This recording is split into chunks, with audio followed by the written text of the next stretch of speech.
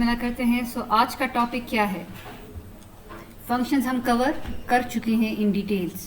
ठीक, one dimensional array, two dimensional array भी हो चुका है, स्ट्रिंग भी हो चुका है। इफ़ यू स्टिल फील कि there is some problem, so I will share the practice questions by tonight. आप वीकेंड पे ज़रा ट्राई करके देख लें। फिर भी if you have some difficulty then you can ask me. आज हम टॉपिक स्टार्ट कर रहे हैं पॉइंटर्स। पॉइंटर्स के बाद फिर इंशाल्लाह फाइल हैंडलिंग पे जाएंगे, और फाइल हैंडलिंग के बाद अगर कोई एक क्लास हुई तो इसमें हम एक्सेप्शन हैंडलिंग कर लेंगे। और आपको आपके प्रोजेक्ट के प्रपोजल भी उस पर आज इस वीकेंड तक आपको रिप्लाई आ जाएगा कि यू कैन कंटिन्यू या आपने अपना प्रपोजल चेंज करना है। तो इंशाल्लाह कोर्स के आखिरी वीक में, बातें नहीं प्लीज़, कोर्स के आखिरी वीक में प्रेजेंटेशंस होंगी जिसमें वाइवा भी आपसे लिया जाएगा आपके प्रोजेक्ट के बारे में। जी, रिकर्शन होगी है। रिकर्शन में आपको सिर्फ इतना पता होना चाहिए कि रिकर्शन कहते किसे हैं। रिकर्शन में बेस केस का होना लाजमी है, और एक फंक्शन जो कि रिकर्शन के थ्रू डिफाइन है उसको ट्रेस कैसे करना है। सो यू शुड नो कि किस तरह एक फंक्शन जब खुद को कॉल करता है तो स्टैक कैसे बनते हैं, जिस पॉइंट से कॉल जाती है उस पर जब आप वापस आते हैं तो फिर एग्जीक्यूशन कहाँ से रिज्यूम होती है। लास्ट क्लास आप लोग के साथ ही थी ना रिकर्शन, वो घर जाके किए दोबारा से या क्लास में समझ आ गई थी कि क्या हो रहा है? क्लास में समझ आ गई थी सबको? चलें, good. So what is pointer? Pointer हम ऑलरेडी एक देख चुके हैं। मेरे भी दरवाज़ा बंद कर लें। पॉइंटर किसे कहते हैं जी? यस, पॉइंटर्स भी एक टाइप ऑफ रेफरेंसेस ही होते हैं, लेकिन हमने कौन सा पॉइंटर अब तक देखा हुआ है? अरे का जो नाम है वो हम क्या कहते थे कि अरे का नाम store the address of the first element. ठीक, सपोज अगर हम लोग मेन के अंदर लिखते थे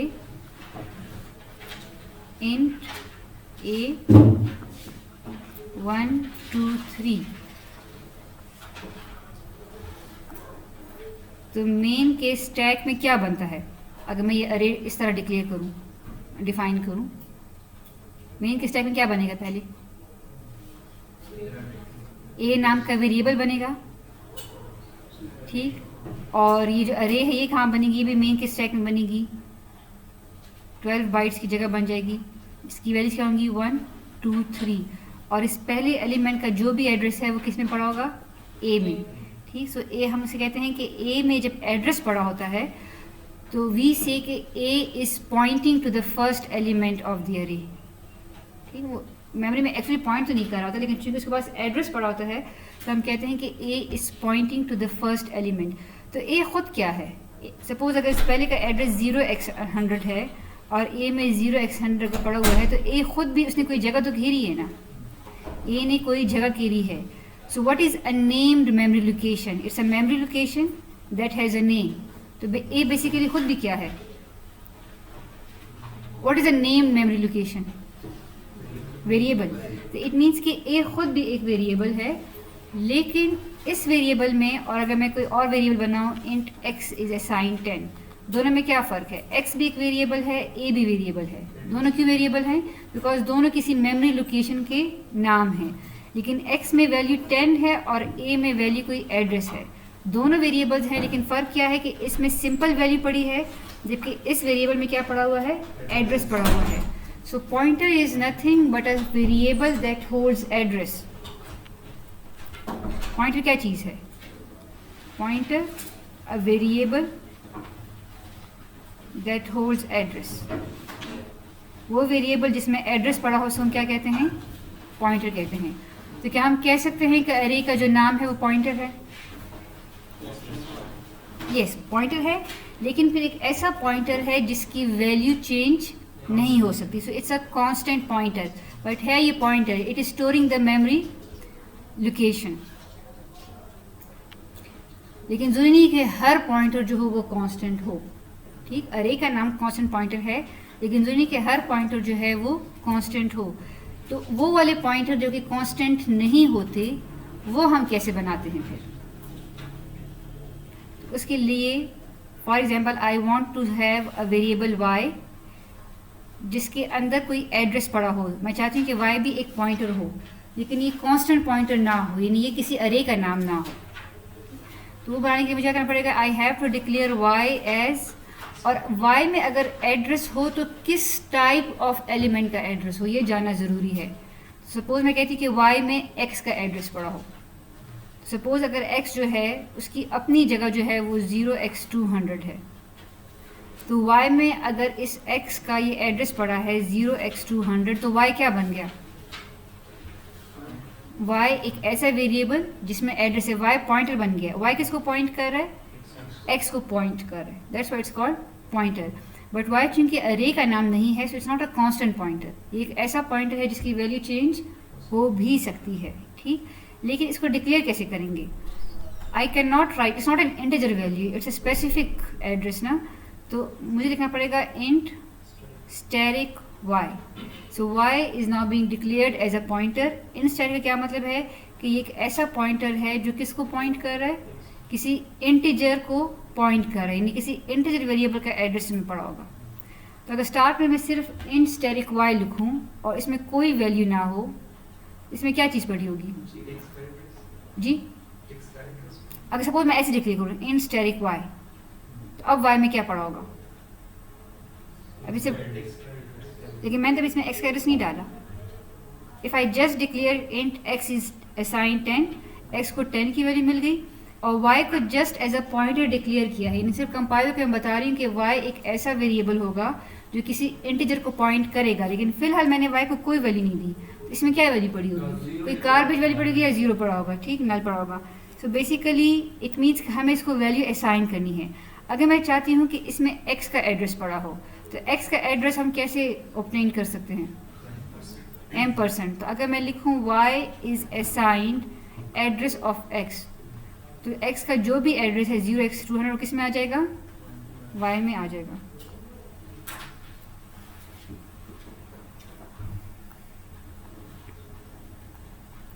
तो यहाँ पे पॉइंटर डिक्लेयर हो रहा है और यहाँ पे पॉइंटर को वैल्यू असाइन हो रही है। अगर मैं दोनों एट द सेम टाइम करना चाहूँ तो भी हो सकता है, इन्हें पॉइंटर को मैं इनिशियलाइज भी कर सकती हूँ। So I can write in static y और at the time of declaration इसको मैं असाइन करूँ x का एड्रेस। क्लियर है चीज़। So y has now become a pointer, ठीक। अगर मैं सी आउट y करूँ तो मुझे क्या नजर आना चाहिए, फिर x का जो भी एड्रेस में पड़ा है, सपोज 0x200 जो भी है वो हमें नज़र आएगा। अगर मैं सी आउट m% ऑफ x करूँ तो भी मुझे क्या नज़र आएगा, x का एड्रेस ही नजर आएगा।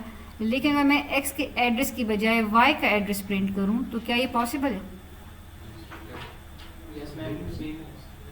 वो क्या वो 0x200 होगा। देखें y की वैल्यू 0x200 है, लेकिन y चूंकि खुद एक वेरिएबल है, इसका अपने भी कोई एड्रेस होगा जो कि 0x200 से डिफरेंट होगा, तो वो कुछ और प्रिंट हो सकता है, ठीक। सो y के अंदर किसी वेरिएबल का एड्रेस होता है और y ने खुद भी कोई जगह घेरी होती है, उसका अपना भी कोई एड्रेस है। अगर मैंने इस एड्रेस को सेव करना है जो कि पॉइंट कर रहा है किसको, सिंपल इंटीजर को पॉइंट नहीं कर रहा बल्कि पॉइंटर को पॉइंट कर रहा है, तो फिर वो कोई और पॉइंटर बन जाता है, वो इंट स्टैटिक करेंगे। लेकिन फिलहाल हम उसकी बात नहीं कर रहे, फिलहाल हम सिंपल पॉइंटर्स की बात करेंगे कि एक सिंपल पॉइंटर क्या होता है जो एक पर्टिकुलर टाइप ऑफ वेरिएबल को पॉइंट करे। अगर मैं कहूँ कि वो कैरेक्टर वेरिएबल को पॉइंट करे, फिर मुझे क्या करना पड़ेगा, suppose I want to declare a character pointer, तो उसकी कैरेक्टर स्टैटिक z, और इसमें किसका एड्रेस आना चाहिए, फिर किसी कैरेक्टर वेरिएबल का, ठीक है। इसी तरह मुझे डबल का पॉइंटर बनाना है तो then I will write double static या सो ऑन।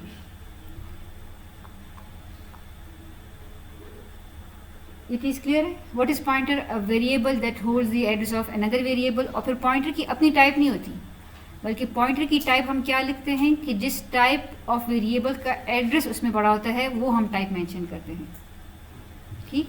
अच्छा, इसको इन स्टैटिक y इस तरह भी लिख सकते हैं और इसको ये जो स्टैटिक है इसके साथ भी लिख सकते हैं। int static y still it's a pointer pointing to an integer, या आप उसको इन स्टैटिक y दोनों काम कर सकते हैं इसमें, ठीक। दोनों में एक फ़र्क है, बट उसको मुझे कंफर्म करना पड़ेगा कि इन स्टैटिक y में जब आप लिखते हैं ना, अब ये मुझे कंफर्म तो अगर मैं यहाँ पे z लिखूँगी तो z की टाइप क्या होगी? आई एज्यूम कि वो इंट होगी, वो इंट स्टेरिक नहीं होगी। लेकिन इस केस में अगर मैं इंट स्टेरिक y लिखूँ और z लिखूँ, अब मुझे कंफर्म करना पड़ेगा, तो मेरा ये ख्याल है कि y भी एक पॉइंटर है और z भी एक पॉइंटर है। अभी ऐसा है या नहीं इस मुझे कंफर्म करने दें। इंटीजर ही होगा ना, because I think last time मैंने बात की थी फिर पेपर में कुछ और आ गया था। सो ठीक, z फिर भी आप कह रहे हैं इंटीजर ही होगा, इसको ज़रा कंफर्म करेंगे। लेकिन इस केस में दैट्स फॉर श्योर कि y पॉइंटर है और z क्या है? इंटीजर है।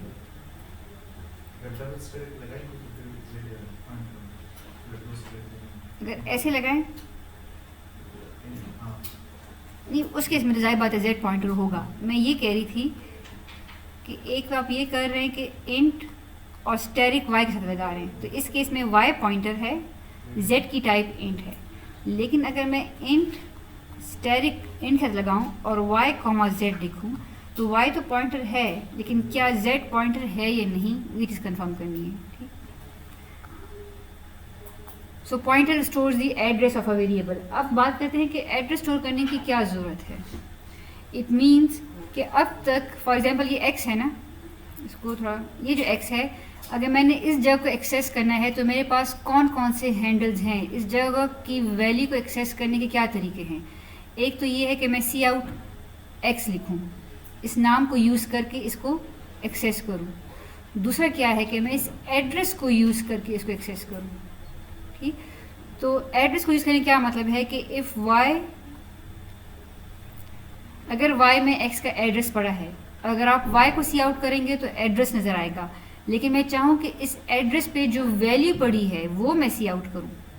y में जिस वेरिएबल का एड्रेस पड़ा है उस वेरिएबल की अगर मुझे वैल्यू सी आउट करनी है तो फिर मैं पॉइंटर को मुझे डी रेफर करना पड़ेगा। So what is meant by D refer? D referencing mean कि ये पॉइंटर जिसको रेफर कर रहा है उस जगह पे वापस जाओ और उसकी वैल्यू डिस्प्ले करो। Cout y will display 0x200। Cout asterisk y का क्या मतलब है कि पॉइंटर जिसको पॉइंट कर रहा है उस जगह पे चले जाओ और वहाँ की वैल्यू डिस्प्ले करो। तो यहाँ पे क्या डिस्प्ले होगा फिर? 10, x की वैल्यू 10 डिस्प्ले होगी। इट मीन्स कि इस वैल्यू को रिप्रेजेंट करने के लिए एक तरीका ये है कि हम लिखें सी आउट x, तब भी हमें 10 नज़र आएगा, या फिर हम उसके पॉइंटर को डी रेफर करें, फिर भी हम उस जगह को एक्सेस कर सकते हैं। और तीसरा तरीका क्या है? इसी जगह को एक्सेस करने का एक तीसरा तरीका भी हम लोग पढ़ चुके हैं, एलियस। यानी मैं ऐसे भी कर सकती हूँ कि if I right int ampersand z is x, इसका क्या मतलब है? z is another name for x, तो z इसका अलग नेम बन जाता है, लेकिन उसने अलग जगह ऑक्यूपाई नहीं की होती। तो अगर मैं सी आउट z लिखूंगी तो भी मुझे क्या नज़र आएगा? 10। सो कहने का मतलब है कि एक वेरिएबल यानी एक मेमोरी लोकेशन को आप कैसे एक्सेस कर सकते हैं? उसका अपना ज़ाती नाम जो कि x है, उसका एड्रेस y को यूज़ करके इसको मैं एक्सेस कर सकती हूँ। ठीक, और तीसरा उसका एलियस, उसका जो दूसरा सेकंड नेम है। तो 3 हैंडल्स होते हैं for accessing any memory location. Simple variable name, इस वेरिएबल क्या है, इसको कोई भी जगह एक्सेस करने के लिए आप वेरिएबल का नाम यूज़ कर सकते हैं, आप पॉइंटर यूज़ कर सकते हैं और आप एलियस यूज़ कर सकते हैं। क्लियर? एक जगह के हम कहते हैं 3 हैंडल्स हैं। तो अब अगर मैं आपसे पूछूं, बेटा आप लैपटॉप पे काम करना चाहते करते रहें, लेकिन फिर आपस में डिस्कशन ना करें, ठीक, डिस्टर्बेंस ना करें। So if I ask you कि what is the difference between an alias and a pointer, तो आप क्या कहेंगे? पहला डिफरेंस आपको क्या नज़र आ रहा है? चलिए सिमिलैरिटी को पहले डिस्कस करते हैं। What is the similarity between alias and pointer? दोनों किसी जगह को रेफर करने के लिए हम यूज़ कर सकते हैं, दोनों हैंडल्स हैं for accessing a memory location. Difference क्या है? एक तो स्टेरिक हमें, एक तो उनको डिक्लेयर करते वक्त फ़र्क आता है। पॉइंटर को डिक्लेयर करते वक्त you have to use pointer at the time of declaration, alias को डिक्लेयर करते वक्त you have to use ampersand at the time of declaration. तो एक तो इनकी डिक्लेरेशन में फ़र्क है। दूसरा क्या फ़र्क है? यस, पॉइंटर अलग से जगह घेरता है, y ने अलग से जगह घेरी है, जबकि z ने अलग से कोई जगह नहीं घेरी। तो ये एक डिफरेंस है पॉइंटर में और एलियस में। अच्छा, अब पॉइंटर क्यों यूज़ करते हैं उस पर हम बाद में आते हैं। हमने आपको याद, हमने कहा था कि किसी फंक्शन को हम वैल्यू किस तरह पास कर सकते हैं। फंक्शंस को जब हम वैल्यू पास करते हैं, जब आप फंक्शन को कॉल करते हैं तो आप वैल्यू को दो तरीके से पास कर सकते हैं, value pass by value and pass by reference. Pass by reference का मतलब ये होता है कि जिस वेरिएबल को आप पास कर रहे हैं उससे कोई हवाला फंक्शन को भेज रहे हैं, तो जब फंक्शन के पास उसका रेफरेंस आ जाता है तो इट मीन्स कि अगर वो रेफरेंस को यूज़ करके वेरिएबल को चेंज करेगा तो वेरिएबल भी चेंज हो जाएगा। क्योंकि पास बाय वैल्यू में हम वेरिएबल का रेफरेंस नहीं भेज रहे होते, हम वेरिएबल की सिर्फ वैल्यू भेज रहे होते हैं। तो अगर उस फंक्शन में वेरिएबल चेंज भी हो जाए तो ओरिजिनल वेरिएबल है वो चेंज नहीं होता। तो हमने अब तक पास बाय रेफरेंस कैसे देखा है, हमने अभी तक सिर्फ एलियस को यूज़ किया था पास बाय रेफरेंस के लिए, और पास बाय रेफरेंस किसी और तरीके से भी हो रहा था। लास्ट क्लास में हमने क्या डिस्कस किया था कि एक अरे को जब हम पास करते हैं तो उसका इफेक्ट कैसे होता है। पास तो बाय वैल्यू होता है, लेकिन उसका इफेक्ट हमें पास बाय रेफरेंस का क्यों मिलता है, बिकॉज अरे को जब हम पास करते हैं तो उसकी वैल्यू ही पास होती है, लेकिन उसकी वैल्यू खुद चूँकि एक एड्रेस होता है तो हम कहते हैं कि उसका रेफरेंस पास हो रहा है। तो इसीलिए अगर फंक्शन में कोई चेंजेस करेंगे तो अरे में भी चेंजेस होगी। तो अरे का नाम चूँकि पॉइंटर था ना, जब हमने पॉइंटर भेजा है इट मीन्स कि आप पास बाय रेफरेंस यूजिंग एलियस भी कर सकते हैं और यूजिंग पॉइंटर्स भी कर सकते हैं। दोनों तरीकों को हम कहेंगे पास बाय रेफरेंस। तो पास बाय रेफरेंस कैसे करेंगे। Suppose I want to declare a function foo, जिसको जो वेरिएबल मिले। अब फू के हमने तीन फ्लेवर्स पढ़े हैं, तीन टाइप्स। फू वन जो है अगर वो सिर्फ इंट एक्स लिखा हो, सॉरी सिर्फ इंट लिखा हो डिक्लेरेशन में, अगर मैं मेन से ऊपर डिक्लेयर करना चाहूँ, दोबारा से देखूँ, अगर मैं मेन से ऊपर फू वन को डिक्लेयर करूँ इस तरह,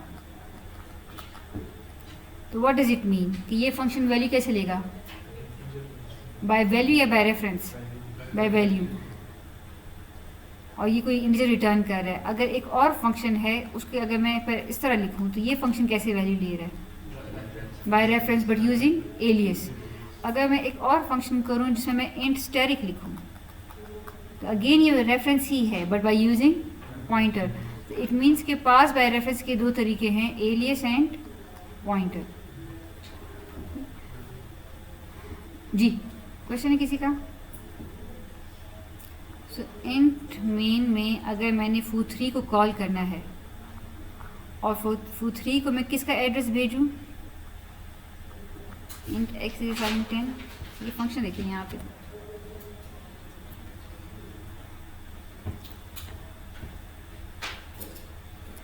ओके ये चलें। foo is taking a value by, जो पैरामीटर है वो पास बाय वैल्यू होगा, ये वाला यहाँ पे बाय एलियस होगा एंड यहाँ पे पॉइंट होगा। फिलहाल इग्नोर करते हैं। So we have a variable x, ये कहाँ बनेगा, मेन के स्टैक में। अगर मैं सिर्फ x को सी आउट करूँगी तो इसकी वैल्यू सी आउट होगी। y क्या चीज़ है इस केस में, x का एलियस है। तो अगर मैं y की वैल्यू, अगर मैं एड्रेस ऑफ y, तो अगर मैं सिर्फ सी आउट y करूँ तो मुझे क्या नज़र आना चाहिए, 10। और अगर मैं y का एड्रेस सी आउट करूँ और x का एड्रेस सी आउट करूँ तो दोनों क्या होने चाहिए, सेम होने चाहिए। z is a pointer pointing to some integer value but it will have some garbage value. फिलहाल हमने कोई वैल्यूज को असाइन नहीं की।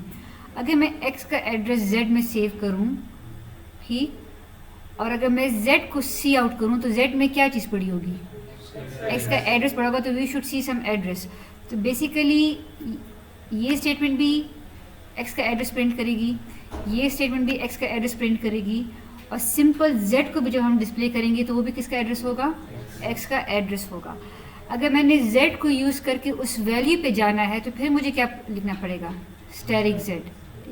यू कैन सी कि स्टैटिक पॉइंटर के साथ दो दफ़ा यूज़ होता है, दो डिफरेंट उस पर। अगर डिक्लेरेशन के टाइम पे स्टैटिक यूज़ होता है इट मीन्स के z इज़ अ पॉइंटर, और एक दफ़ा जब वेरिएबल डिक्लेयर हो जाता है एक पॉइंटर और फिर आप स्टैटिक यूज़ करते हैं तो यहाँ उसका मतलब क्या होता है, डी रेफरेंसिंग।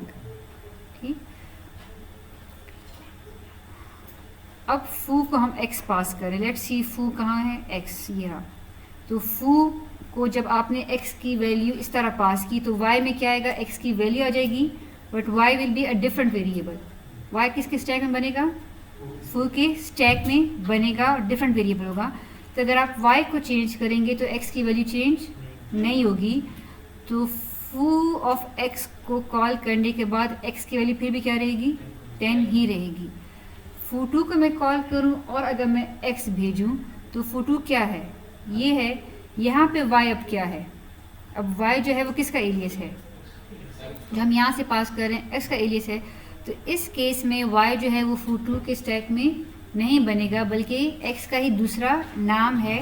बट फ़र्क ये है कि जो दूसरा नाम है ये सिर्फ फू टू में नज़र आएगा, मेन में ये नाम नज़र नहीं आएगा। ठीक, so if y is another name for x, तो अगर मैं फू टू में y को चेंज करूँगी तो इसका इफेक्ट मुझे कहाँ नज़र आएगा, मेन में भी नज़र आएगा। तो फू टू कॉल करने के बाद x की वैल्यू क्या होनी चाहिए, फिर 11 हो जानी चाहिए। फू थ्री को मैं कॉल कर रही हूँ और फू थ्री मुझसे क्या एक्सपेक्ट कर रहा है, इंट स्टैटिक p। तो p अगर एक पॉइंटर है तो पॉइंटर में क्या चीज़ आती है, वेरिएबल का एड्रेस आता है। इट मीन्स कि फिर मुझे पास भी क्या करना पड़ेगा, x का एड्रेस पास करना पड़ेगा। आई can not right x here, ये एरर आएगा, क्यों, बिकॉज x का मतलब है वैल्यू और यहाँ मैं क्या एक्सपेक्ट कर रही हूँ, एड्रेस एक्सपेक्ट कर रही हूँ। तो अगर मैंने पास बाय रेफरेंस यूजिंग पॉइंटर करना है तो एक डिफरेंस क्या आएगा कि एक तो यहाँ पे स्टैटिक आ जाएगा, दूसरा डिफरेंस क्या आएगा कि आपने वेरिएबल का फिर एड्रेस भेजना होगा, लाइक दिस। ये एड्रेस भेजें, अगर एड्रेस को ऑलरेडी z में सेव कर चुके हैं ना, ठीक, तो मैं एड्रेस ऑफ x की जगह क्या लिखूँ, सिंपल z भी लिख सकती हूँ because z is a pointer. ठीक, z में भी x का एड्रेस पड़ा हुआ है और p में भी एड्रेस पड़ा हुआ है।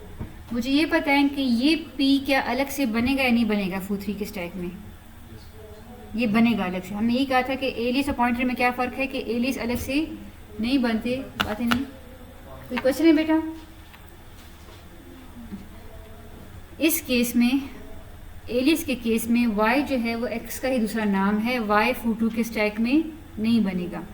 लेकिन पॉइंटर के केस में p अलग से बनेगा, किसके स्टैक में, फू थ्री के स्टैक में। लेकिन p में वैल्यू क्या आ रही है, x का एड्रेस आ रहा है। ठीक, नहीं कोई मसला नहीं होगा, ठीक, बिकॉज x अलग से, इसका स्कोप यहाँ पे है, तो x में उस दूसरे वाले x का आप ये कह रहे हैं कि it will be something like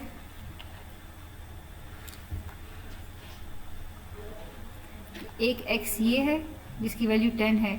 हमने मेन के अंदर y भी बनाया इसका एलियस और मेन के अंदर हमने z में इसका एड्रेस सेव कर लिया। फिर जब फू कॉल हुआ, ये मेन का स्टैक है, जब फू कॉल हुआ तो फू के स्टैक में क्या बना, y बना था, और y में इस वाले x की वैल्यू आ गई थी। तो अगर आप y को चेंज करेंगे भी, जैसे ही फू से हम निकलेंगे ये स्टैक डिस्ट्रॉय हो जाएगा, x की वैल्यू चेंज नहीं होगी। ये फू वन था। जब फू टू कॉल हुआ तो उसमें क्या हुआ, उसमें y जो था it was another name for this x। ये इस एरर का मतलब ये नहीं कि पॉइंटर है, एरर का मतलब ये है कि y is another name for x।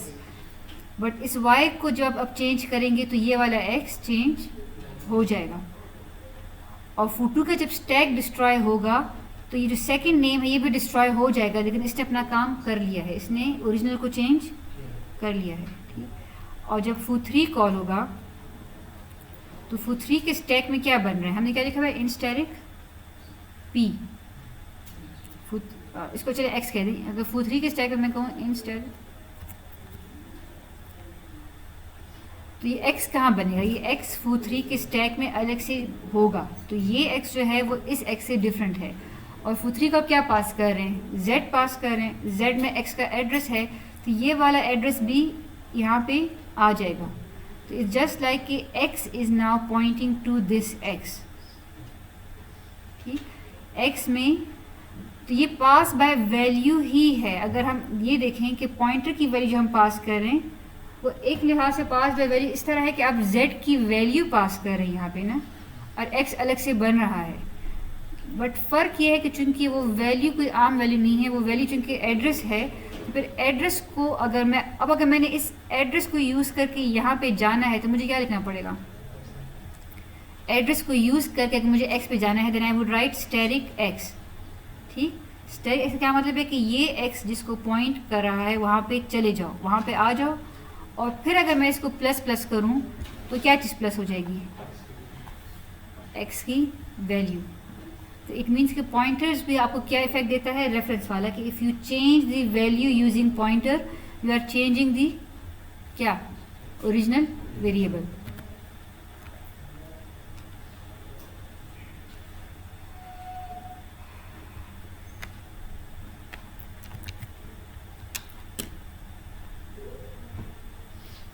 तो वो 3 के बाद आपके पास ये वैल्यू चेंज हो जानी चाहिए।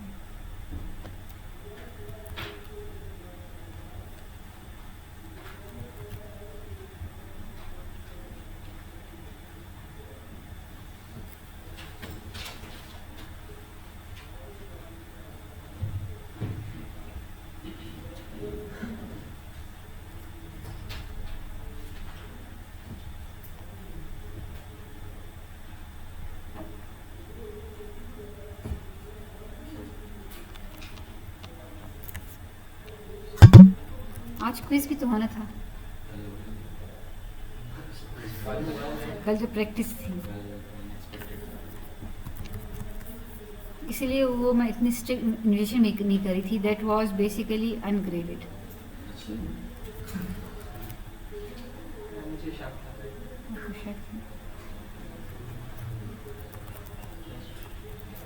लेकिन जिन लोगों ने अगर सबमिट नहीं किए तो उनके किसी और जगह से मार्क्स कटेंगे।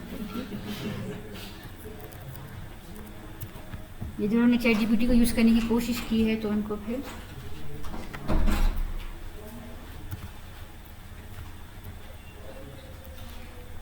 तो हम क्या करें, जैसे कोड को देखें, हम पहले x का एड्रेस प्रिंट कर रहे हैं, फिर y का एड्रेस प्रिंट कर रहे हैं, दोनों शुड बी सेम, फिर z की वैल्यू प्रिंट कर रही है तो तीनों शुड बी सेम। ठीक, और फिर सॉरी यस नहीं, यहाँ पे 10 ही आएगा, यहाँ पे एड्रेस ही आएगा अगर हम सिर्फ z लिख रहे हैं। लेकिन अगर स्टेरिक z लिखेंगे तो फिर 10 आ जाएगा।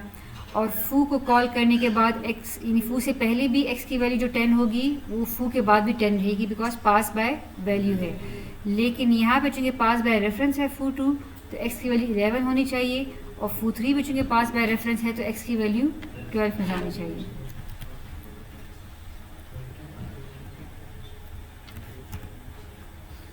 ठीक, तो x की वैल्यू 10 है, y का एड्रेस x का एड्रेस सेम, z की वैल्यू सेम, तीनों सेम है। ठीक, तो इट मीन्स कि एक ही जगह को बातें नहीं, एक ही जगह को एक्सेस करने के हमारे पास 3 हैंडल्स आ गए हैं। यहाँ पे हम क्या प्रिंट कर रहे थे? Asterisk z। Asterisk z means कि z जिसको पॉइंट करे उसकी वैल्यू। फंक्शन कॉल से पहले भी x की वैल्यू 10 और पास बाय वैल्यू के बाद भी x की वैल्यू 10, एलिस को यूज़ करके 11 हो गई और पॉइंटर को यूज़ करके वैल्यू 12 हो गई। लेट मी सी कि व्हाट विल हैपन इफ़ मैंने यहाँ पैरेंथेसिस क्यों लगाए हैं।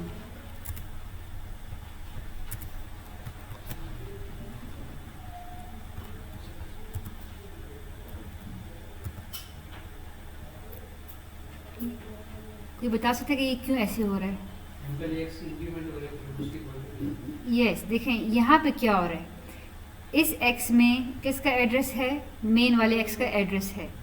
अगर आप x प्लस प्लस कर रहे हैं तो पहले वो एड्रेस इंक्रीमेंट हो रहा है, तो x में जो भी एड्रेस पड़ा होगा, किसी पॉइंटर में जब आप 1 ऐड करते हैं तो कितना ऐड होगा उसमें एड्रेस? 4 का। तो जो भी एड्रेस होगा उसमें, यानी यहाँ पे इट्स लाइक ये वाली चीज़ है। ठीक है, हमारे पास मेन के स्टैक में x था, y उसका दूसरा नाम था, z में x का एड्रेस पड़ा था, और हम फू 3 की बात करें कि फू 3 में जो x है उसमें भी क्या पड़ा हुआ है? x का एड्रेस पड़ा हुआ है। सपोज ये 0x100 है, तो z में क्या पड़ा हुआ है? 0x100, और यही वैल्यू यहाँ पे आ गई।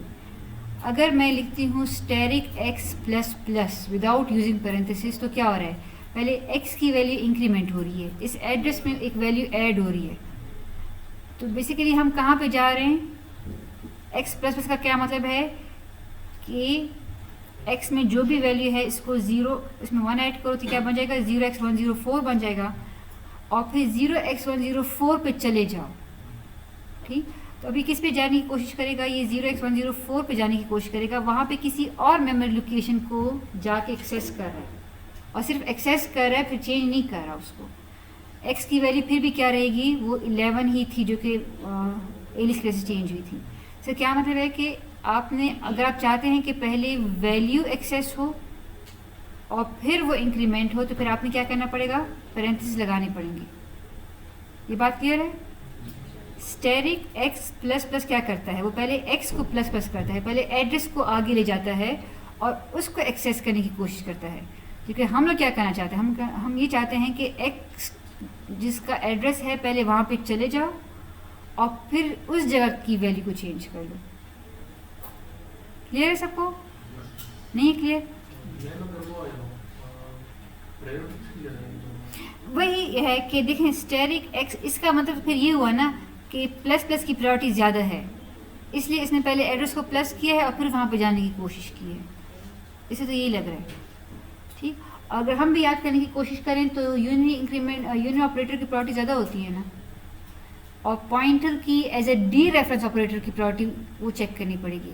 एक तो ये हो सकता है ना कि पॉइंटर की स्टेरिक की प्रायोरिटी एज ए मल्टीप्लिकेशन, वो तो कम है, वो तो हमें पता है कि चूंकि ये बाइनरी ऑपरेंड है तो बाइनरी ऑपरेंड की प्रेसिडेंस यूनरी से कम है। लेकिन यहाँ पे इस केस में ये बाइनरी नहीं है, इस केस में तो ये यूनरी है, इस केस में तो ये डी रेफरेंसिंग के लिए यूज़ हो रहा है। तो फिलहाल इस प्रोग्राम की वर्किंग हमें ये बताती है कि यूनरी इंक्रीमेंट ऑपरेटर की precedence unary dereference operator से ज़्यादा है। हम इस तरह लगा सकते हैं, ये पहले मल्टीप्लिकेशन वाला साइन लगा दे, उसके बाद प्लस प्लस फिक्स कर ले, फिर भी इस तरह से हम एड्रेस पे जाए। आप बताएं, पहले हमने ये किया तो x अगर एड्रेस है तो स्टैक लगाने से हम उस जगह पे चले गए। नहीं, अगर स्टेरिक के बाद हम प्लस प्लस करना इस तरह,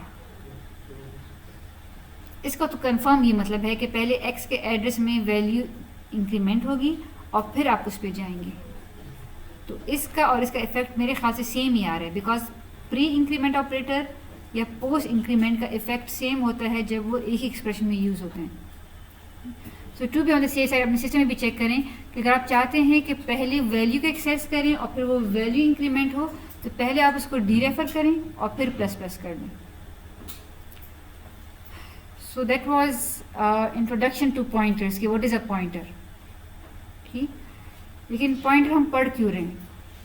अभी तक हमने क्या देखा है कि पॉइंटर एक जगह को एक्सेस करने के लिए हम यूज़ कर रहे हैं, लेकिन एक जगह को एक्सेस करने के लिए तो उसका नाम भी मौजूद है, उसका एलियस भी मौजूद है, तो फिर तीसरा हैंडल यूज़ करने की क्या ज़रूरत है?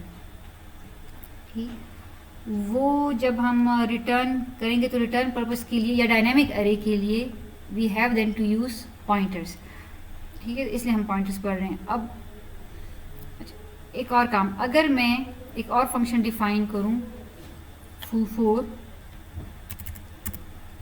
और मैं एक अरे बनाऊं,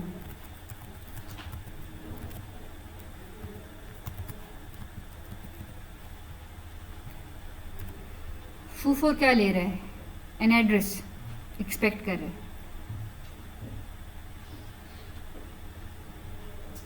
अच्छा, अरे यहाँ बनी हुई है,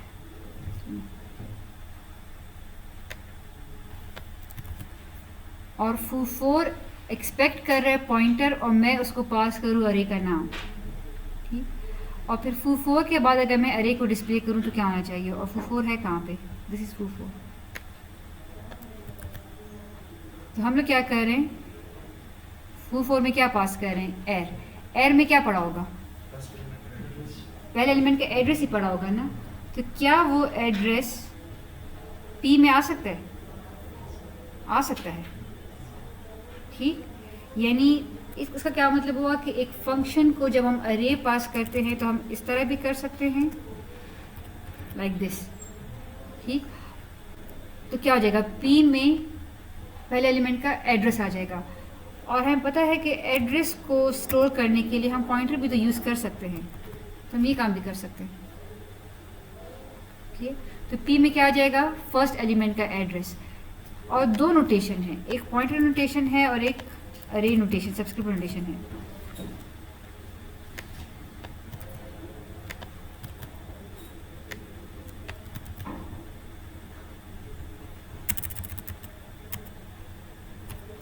अगर इसको मैं ऐसे भी रहने दूं तो तब भी कोई एरर नहीं आएगा, बिकॉज P में एयर पास कर रहे हैं। एयर जो है वो पहले एलिमेंट का एड्रेस है।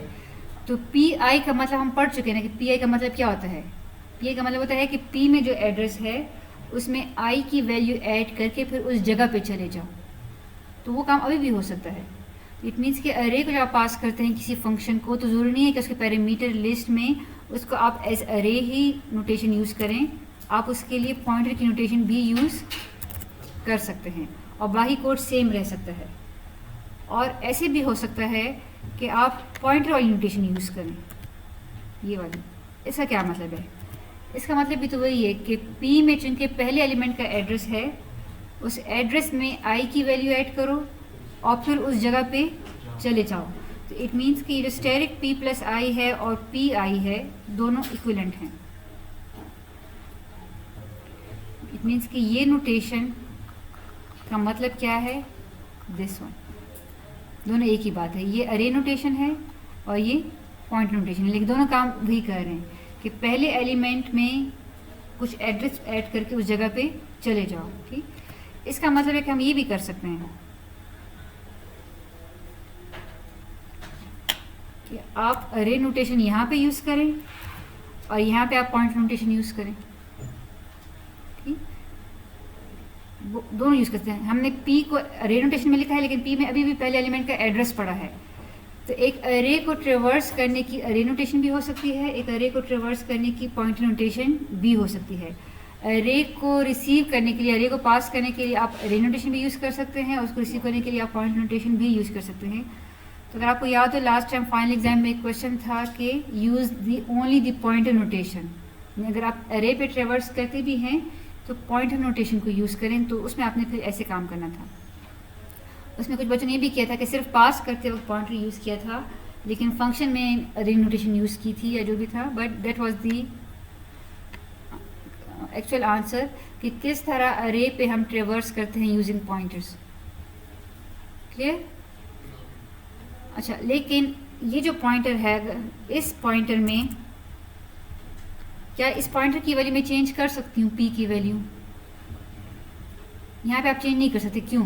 बिकॉज आप ऊपर से क्या पास कर रहे हैं।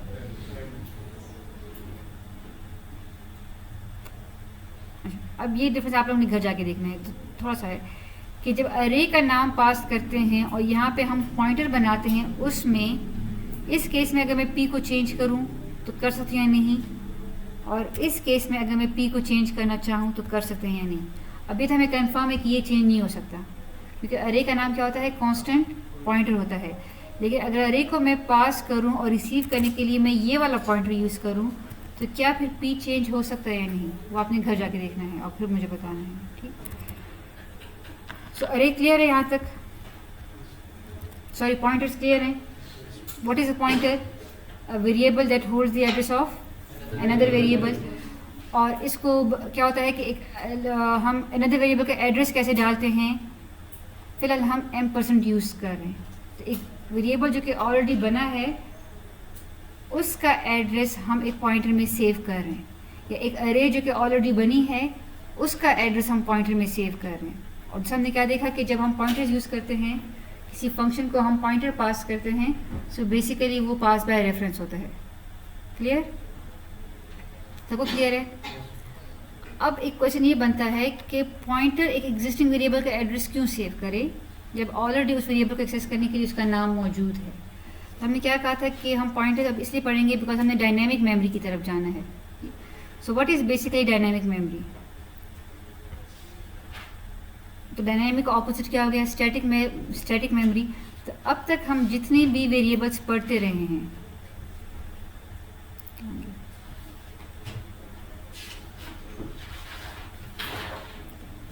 अब तक हम जितने भी वेरिएबल्स पढ़ रहे हैं, फॉर एग्जांपल ये x, इस x को हम कहते हैं कि कंपाइल टाइम पे इसके लिए जगह बन जाती है। इस तरह ये जो अरे है कंपाइल टाइम पे इसके लिए जगह बन जाती है, इसलिए हमें इसका साइज कंपाइल टाइम पे पता होना चाहिए। ठीक, इनको हम कहते हैं स्टैटिक अरे या स्टैटिक वेरिएबल। बट समटाइम्स हमें रन टाइम पे जगह घेरनी है। सपोज आप यूजर से कहें कि कितने आपको नहीं पता कि आपने कितनी साइज़ की अरे बनानी है, तो पहले आप यूज़र से साइज़ पूछेंगे कि कितनी साइज़ की अरे चाहिए, और फिर आपने अब यूज़र से आप रन टाइम पे पूछेंगे ना, तो फिर अरे भी कब बनेगी, रन टाइम पे। तो रन टाइम पे किस तरह मेमोरी एलोकेट की जाए, that is called dynamic memory allocation. और वो हम C++ में कैसे करते हैं, C++ में या C में, सॉरी नॉट C++ में अगर आपको रन टाइम पे एक जगह घेरनी है तो उसके लिए आप क्या वर्ड यूज़ करते हैं, new. So new is an operator जो कि जगह घेरता है ड्यूरिंग रन टाइम। ठीक, कितनी जगह घेरेगा वो डिपेंड करता है कि हम न्यू के आगे क्या लिखते हैं। If I write new int, इसका क्या मतलब है कि इसने कितनी जगह घेरी है, 4 bytes. If I write new 4 it means 1 byte, new double it means 8 bytes. ठीक, और ये जगह घेरेगा कब, रन टाइम पे घेरेगा।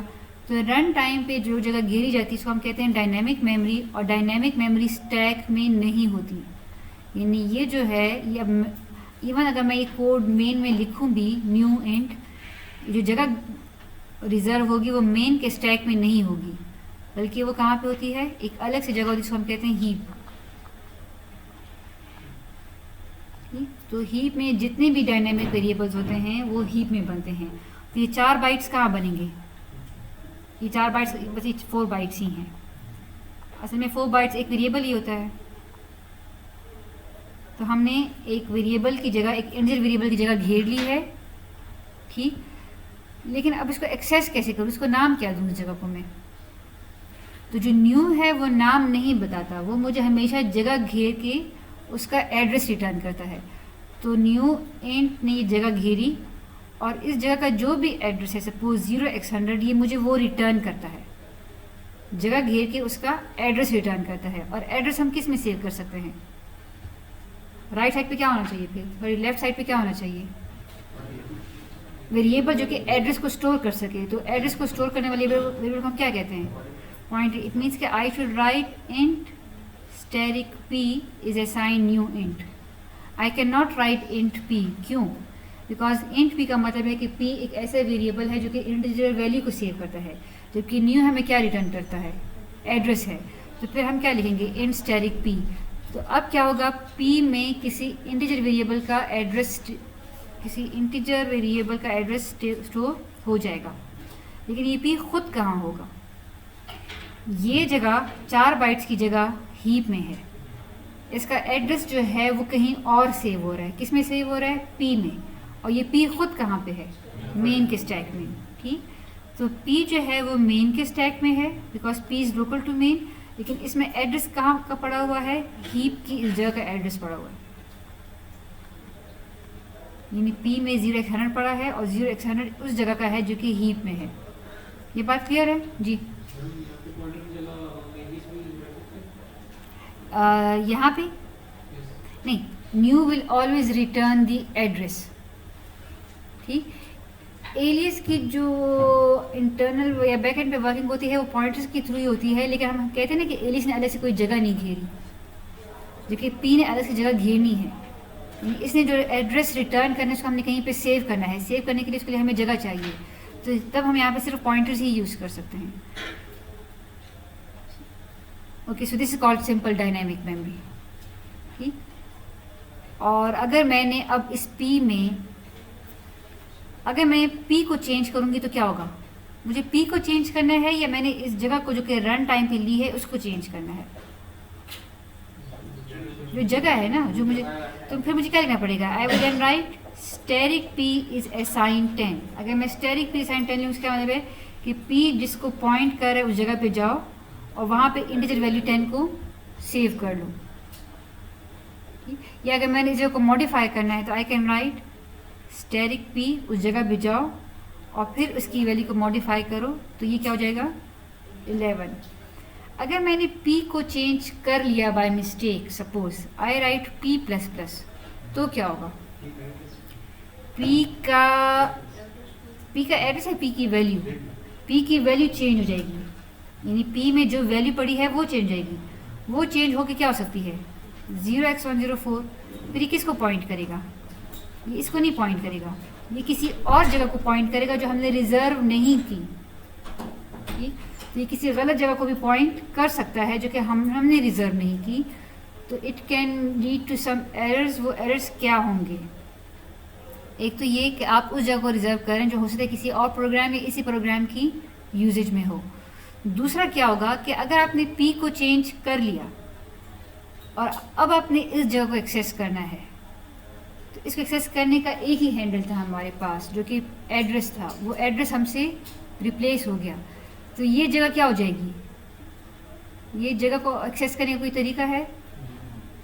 देखें, इससे पहले जो हमने वेरिएबल पढ़े थे वो हम क्या कर रहे थे? हम कह रहे थे कि उसका नाम भी होता है उस जगह का, इस जगह का नाम भी है, इसका एलियस भी है और इसका एड्रेस भी है जो स्टैक में है। लेकिन जो हीप में बने हैं उनका सिर्फ और सिर्फ हमारे पास एड्रेस है। तो अगर वो एड्रेस हम किसी भी तरीके से चेंज कर लें, ठीक, तो क्या होगा?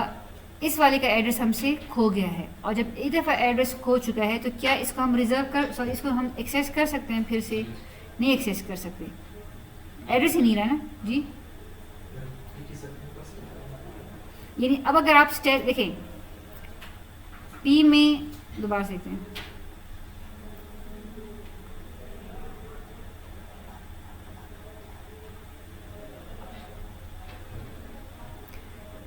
न्यू इंट ने क्या किया? हीप में जितने इंटीजर की वेरिएबल की जगह होती है उतनी जगह रिजर्व की और उसका एड्रेस रिटर्न किया। और एड्रेस रिटर्न करके हम किस में सेव कर रहे हैं?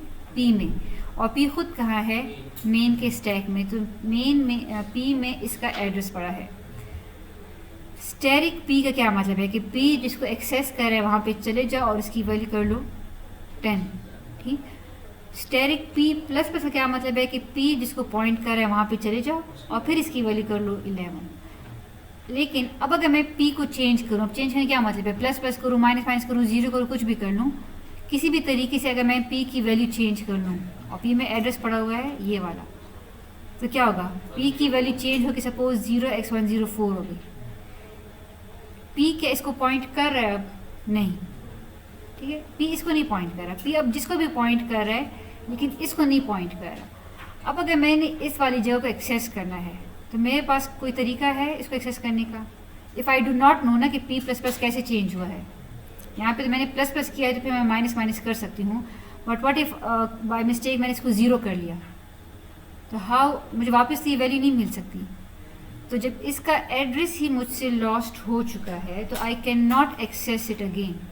इट्स जस्ट लाइक एक मकान किराए पे लिया, या एक मकान है, उसकी चाबी एक बंदे के पास है, ठीक, और फिर क्या करें कि वो चाबी आप चेंज हो गई है या वो चाबी किसी दूसरे घर को, मैं ठीक एग्जाम्पल दे रही हूँ, नहीं बंदा नहीं, चाबी है, ठीक,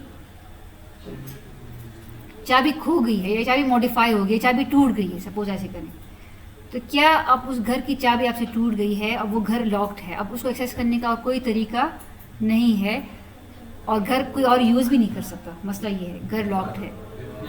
अब दीवार फराने की न्यू चाबी बनाएंगे लेकिन उस न्यू चाबी को तरीका नहीं आ रहा कि उस घर का ताला किस तरीके से खुल रहा है, सपोज, ठीक, तो क्या हो रहा है? एक जगह रिजर्व्ड है लेकिन यूज़ नहीं कर रही, इसको हम कहते हैं मेमोरी लीक। लीक किसे कहते हैं? एक चीज़ जो ज़ाया हो रही है। यहाँ पे आपके पास मेमोरी ज़ाया हो रही है। कैसे ज़ाया हो रही है? रिजर्व कर ली but now you can no longer access it. This is called the concept of memory leak. ठीक, आज हम मेमोरी लीक पढ़ेंगे और अगली क्लास में फिर हम एक और मसला पढ़ेंगे, that is dangling pointer. But memory leak clear है कि व्हाट इज़ मेमोरी लीक? कि जब पॉइंटर को आप चेंज कर लेते हैं तो उस जगह का कोई आपके पास हैंडल नहीं रहता, वो जगह फिर आप एक्सेस नहीं कर सकते। अच्छा, जी, डायनेमिक मेमोरी किस में मेमोरी लीक होते हैं? ठीक है। स्टैटिक मेमोरी के केस में क्या होता है कि अच्छा, एक और गुड ऑब्जर्वेशन कि स्टैटिक मेमोरी केस में क्या होता है कि जब हम फंक्शन से रिटर्न करते हैं, फॉर एग्जाम्पल अगर मेन ख़त्म होता है या फू ख़त्म होता है तो उनके स्टैक डिस्ट्रॉय हो जाते हैं, तो वेरिएबल भी डिस्ट्रॉय हो जाते हैं। लेकिन हीप में जो जगह बनी है, हीप में जो जगह बनी है ये ऑटोमेटिकली डिस्ट्रॉय नहीं होती, ठीक। तो इसका मतलब है कि अगर ये प्रोग्राम ख़त्म हो गया या फंक्शन कोई ख़त्म हो जाए,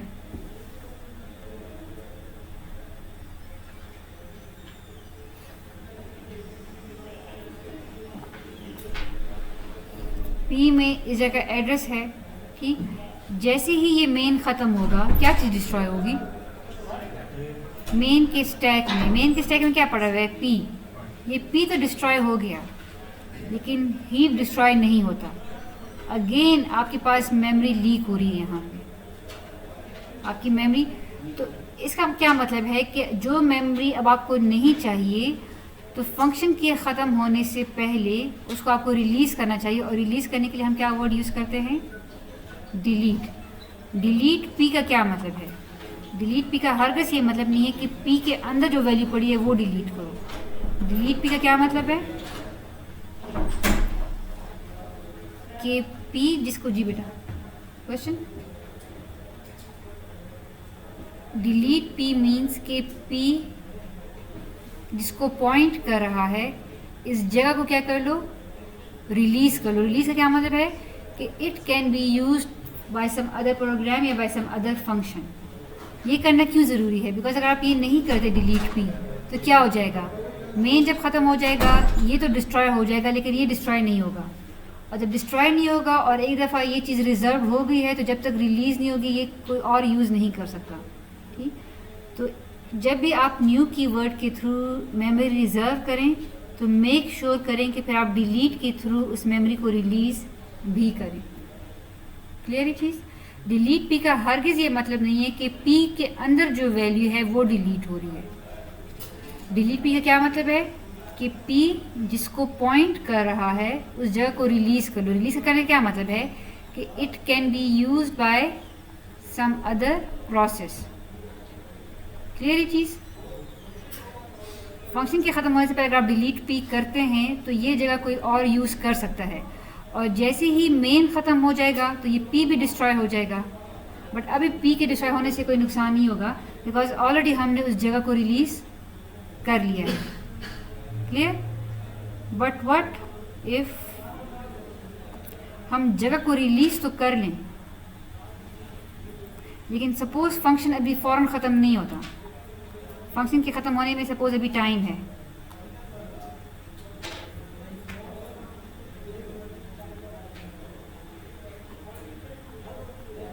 डिलीट पी क्या कह रहा है? पी जिसको पॉइंट कर रहा है उसको रिलीज़ करो, लेकिन इसकी वैल्यू ख़त्म नहीं होती। पी में अभी भी उस जगह का एड्रेस है।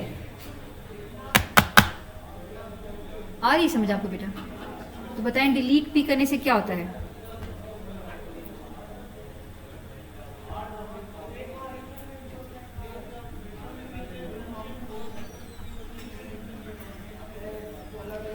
कुछ बच्चे अभी भी इस क्लास में ऐसे हैं कि उनका बिहेवियर इतना नॉन सीरियस है कि उनको कोई इरादा नहीं लगता इस दफ़ा कोर्स को पास करने का, ठीक। So if you have already made up your mind not to pass this course तो फिर क्लास में ना आया करें।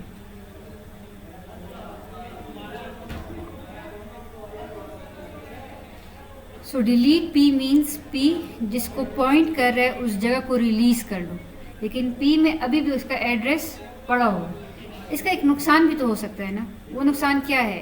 आपने जगह रिलीज़ कर ली, आप किसी और से कह रहे हैं कि जगह को यूज़ करो, किसी और प्रोसेस ने या किसी और फंक्शन ने जगह को यूज़ करके सपोज कोई वैल्यू डाल दी 20, लेकिन पी में अभी भी इसका एड्रेस पड़ा हुआ है। इट्स जस्ट लाइक वही घर वाली मिसाल कि आपने वो घर किसी और को तो दे दिया है लेकिन उसकी चाबी अभी भी आपके पास पड़ी है, यानी एक किराएदार से घर लेके दूसरे को आपने दिया है लेकिन पहले किराएदार के पास चाबी पड़ी है। इसका नुकसान क्या है? क्योंकि पहले किराएदार के पास अभी भी उस घर की चाबी पड़ी है जो कि उसका नहीं रहा, सो वो उस चाबी को यूज़ करके वहाँ पे कुछ जगह को चेंज कर सकता है। इट मीन्स कि अगर मैं asterisk p plus plus up करूँ तो इसका क्या मतलब है?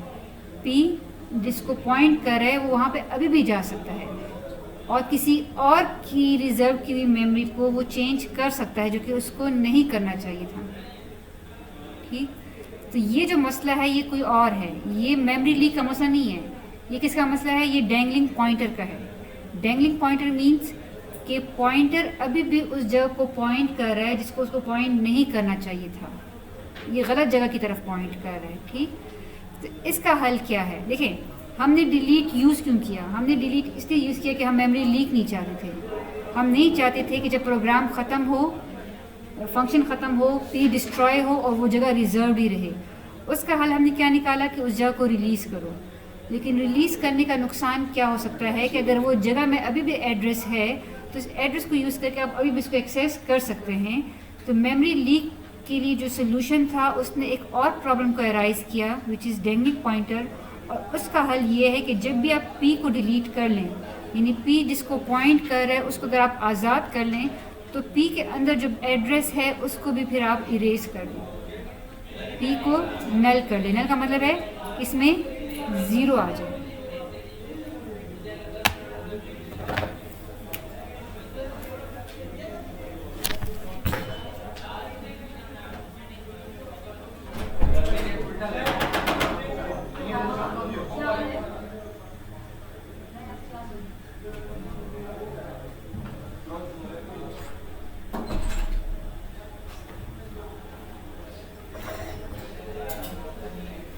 अक्सर ये इंटरव्यूज़ वगैरह में क्वेश्चन पूछा जाता है कि डैंगलिंग पॉइंटर किसे कहते हैं, मेमोरी लीक किसे कहते हैं। ठीक, so what is memory leak? Again आपके पास पॉइंटर डिस्ट्रॉय हो जाए और वो जगह रिजर्व रहे, that is memory leak, because कोई और उसको यूज़ नहीं कर सकता। डैंगलिंग पॉइंटर क्या है कि जगह तो रिलीज हो जाए लेकिन पॉइंटर अपनी जगह पे रहे, that is called memory leak. तो दोनों का हल क्या है? मेमोरी लीक का हल है कि आप डिलीट करें, उस जगह को रिलीज़ करें, और डैंगलिंग पॉइंटर का हल है कि उस एड्रेस को भी फिर आप ख़त्म करें। ठीक, सो द ओनली, अच्छा नल का क्या मतलब? मैंने नल क्यों लिखा है? मैं इसको ज़ीरो भी लिख सकती हूँ, बट ज़ीरो ऑल्सो मीन्स नल। जी बेटे मुझसे पूछ लें वकास। मेमोरी लीक तब होती है कि आपके पास जगह तो आपने रिजर्व कर ली न्यू के थ्रू, लेकिन उसका जो एड्रेस है पी, जो हैंडल है, वो आपसे खो जाए। खो जाएगा क्या मतलब है कि सपोज अगर किसी फंक्शन के अंदर, मेन के अंदर अगर वो पी है और मेन ख़त्म हो जाएगा तो पी भी डिस्ट्रॉय हो जाएगा। ठीक, तो मेमोरी लीक है कि मेमोरी रिजर्व रहेगी, उसका पॉइंटर आपसे मिसप्लेस हो गया। और डैंगलिंग पॉइंटर क्या है कि डिलीट के थ्रू आपने मेमोरी तो रिलीज़ कर ली, लेकिन उसका पॉइंटर अभी भी चूँकि उसमें वैल्यू पड़ी है तो उस वैल्यू को यूज़ करके वो उसको दोबारा एक्सेस कर सकता है, जो कि उसको नहीं करना चाहिए। तो इसको हम कहते हैं डैंगलिंग पॉइंटर। और डैंगलिंग पॉइंटर एक मसला है, उसका हल किया है कि फिर आप उस पॉइंटर को भी नल कर लें। तो the only integer value that can be assign to a pointer is zero. Pointer तो इंटीजर नहीं है ना, पॉइंटर में तो एड्रेसेस सेव होते हैं, but the only integer value जो कि हम पॉइंटर को देते हैं वो ज़ीरो है, बिकॉज ज़ीरो का मतलब होता है 0x नल एड्रेस। वालेकुम सलाम। ठीक, सो पॉइंटर को आप कोई इंटीजर वैल्यू असाइन नहीं कर सकते, because pointer is a variable that holds address सिवाय ज़ीरो के, because zero represents null address. तो या तो आप पी को ज़ीरो असाइन करें या पी को फिर आप नल असाइन करें। तो पी को नल असाइन करना किसका इलाज है? Solution to dangling pointer. और डिलीट करना किसका इलाज है? मेमोरी लीक का। मेमोरी लीक होती कब है? यस, यानी आप जरूरी कि स्टैक ख़त्म हो, कोई भी रीज़न हो, but if you lose the access to the reserved memory, because वो पॉइंटर किसी तरीके से ख़त्म हो जाए। ठीक, वही बात है कि वो अगर स्टैक ख़त्म होगा तभी, तो then it is called memory leak. और मेमोरी लीक का जो सोल्यूशन है, it can give rise to then dangling pointer. जी yes, null is reserved word है। ठीक, तो नल लिखेंगे, ये डिलीट स्टैटिक पी हो ही नहीं सकता, बिकॉज डिलीट स्टैटिक पी का मतलब, डिलीट का वर्ड आप किसके साथ यूज़ कर सकते हैं? पॉइंटर्स के साथ। जबकि जो डिलीट स्टैटिक पी है, स्टैटिक पी आपको क्या कहता है? पॉइंटर जिसको पॉइंट करे वो जगह में तो वैल्यू पड़ी है ना, इसको रिलीज कर। देखें, डिलीट पी का मतलब होता है पी जिस जगह को पॉइंट कर रहा है उसको रिलीज़ करो। तो यहाँ पे एड्रेस होना चाहिए, जबकि स्टैटिक पी एड्रेस नहीं है। स्टैटिक पी तो वो जगह खुद है। अच्छा, सो ये तो हमने अभी पॉइंटर्स पढ़े हैं किसके लिए, ये हमने एक इंटीजर की जगह घेरी है ना। ये इंटीजर हमने हीप में क्यों बनाया है? ये इंटीजर तो हम स्टैक में बना सकते थे। हमने बात स्टार्ट की किससे थी? डायनामिक मेमोरी की, कि आपको अरे जो है वो आपको रन टाइम पे बनानी है। ये तो अरे नहीं थी, ये क्या चीज़ है? तो सिंपल इंटीजर वेरिएबल है। ठीक, सो अब हम अपने असल उसकी तरफ आते हैं कि अगर मुझे रन टाइम पे अरे बनानी है हीप में, तो वो कैसे करेंगे? सपोज आप लिखते हैं इंट साइज, आप यूज़र से कहते हैं enter the number of elements you want, वो लिखता है सी इन साइज। हमने कहा था कि ये काम हो सकता है but it's not a good approach, तो ये काम अब नहीं करना।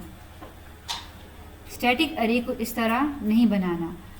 इट मीन्स कि हमें क्या बनाना है? डायनेमिक अरे। अब डायनेमिक अरे कैसे बनाएं? हम चाहते हैं कि जो साइज उसने इंटर किया हो उतने एलिमेंट्स कहाँ बने? ड्यूरिंग रन टाइम हीप में बने। तो सपोज मैंने साइज इंटर किया है और ये साइज कहाँ पे है? मेन के स्टैक में। सपोज साइज की वैल्यू मैं इंटर करती हूँ 4, और मैं करना क्या चाहती हूँ कि अब 4 एलिमेंट्स कहाँ बने मेरे पास? हीप में बने। ठीक, तो अगेन चूंकि मैं हीप में कोई जगह बना रही तो मैं क्या लिखूंगी? New int. लेकिन एक इंट नहीं, मुझे कितने इंट चाहिए? कितने इंट चाहिए मुझे? 4। Then I would write new int 4। ठीक, तो 4 एलिमेंट्स कहाँ बन जाएंगे? हीप में बन जाएंगे। लेकिन हमने क्या कहा था कि न्यू किसका एड्रेस रिटर्न कर? न्यू हमेशा एड्रेस रिटर्न करता है। इस केस में वो किसका एड्रेस रिटर्न करेगा? अरे के केस में वो किसका एड्रेस रिटर्न करेगा? First element. तो बेसिकली हमें अभी भी एक एड्रेस रिटर्न हो रहा है, और चूंकि वो पहले एलिमेंट का एड्रेस है और पहले एलिमेंट खुद क्या है? इंटीजर है, तो can I save it in static P? क्या पी में मैं फर्स्ट एलिमेंट का एड्रेस सेव कर सकती हूँ? सो अगेन सेम नोटेशन को आप यूज़ कर सकते हैं इवन फॉर अरे। न्यू इंट 4 क्या करता है? 4 इंटीजर की जगह ऑक्युपाई करता है, और चूंकि वो अरे है वो हीप में, लेकिन है तो अरे, तो उसके पहले एलिमेंट का वो एड्रेस भेजेगा। और पहला एलिमेंट चूंकि खुद एक इंटीजर है, तो उसका एड्रेस इट मीन्स कि उस टाइप ऑफ वेरिएबल में सेव कर सकते हैं जो कि इंट को पॉइंट करे। तो again p is now pointing to the first element of this array. Clear? अब अगर मैंने इसको वैल्यू देनी है इस अरे में, सी इन करानी है, तो मैं कैसे कराऊंगी? Again I have to use a loop ना। For int i is equal to 0, i is less than 4, i plus plus, और हर दफ़ा मैं क्या सी इन करूँ? मैंने क्या कहा था कि अरे पे हम पॉइंटर के थ्रू भी, पॉइंटर नोटेशन पे भी ट्रेवर्सल कर सकते हैं, अरे पे हम अरे नोटेशन पे भी ट्रेवर्सल कर सकते हैं। तो मैं ये पी आई अगर ऐसे लिखूँ तब भी ठीक है, बिकॉज पी में पहले एलिमेंट का एड्रेस पड़ा है, और पी आई क्या करता है? उसका मतलब ये होता है कि 1 बाय 1 वो अरे पे ट्रेवर्स करेगा। मैं ये नोटेशन भी यूज़ कर सकती हूँ, और I can even use static p plus i. तो इस तरह मैंने डायनामिक अरे में वैल्यूज़ डाल दी हैं, और जब एक दफ़ा वैल्यूज़ डाल दी हैं तो बाकी जो भी लॉजिक होगी वो सेम ही है। आपको find the smallest, find the largest, यानी जो काम स्टैटिक अरे के साथ हो सकता है वो सारा काम डायनामिक अरे के साथ भी हो सकता है, because at the end of the day it's just अरे, कंटिगुअस मेमोरी लोकेशंस। हाँ, एक बात का ख्याल रखना पड़ेगा कि मेन के ख़त्म होने से पहले हमने क्या लिखना है? डिलीट। लेकिन अब हम सिर्फ पी डिलीट पी नहीं लिखेंगे, बिकॉज सिर्फ डिलीट पी का मतलब है कि पी जिसको पॉइंट कर रहा है, किसको पॉइंट कर रहा है? पहले एलिमेंट को पॉइंट कर रहा है। तो डिलीट पी का मतलब है कि सिर्फ इस जगह को रिलीज़ कर लो, हमने इसको नहीं रिलीज़ करना, हमने पूरी अरे को रिलीज़ करना है। For that I have to use this notation, delete square bracket p. तो फाइनल में एक जो एरर्स वाला क्वेश्चन था, वो एक एरर ये था कि पी में हमने पी को यूज़ किया था फॉर डायनेमिक अरे, लेकिन डिलीट करते वक्त हमने सिर्फ पी लिखा था, उसको आपने चेंज करके स्क्वायर ब्रैकेट पी करना था।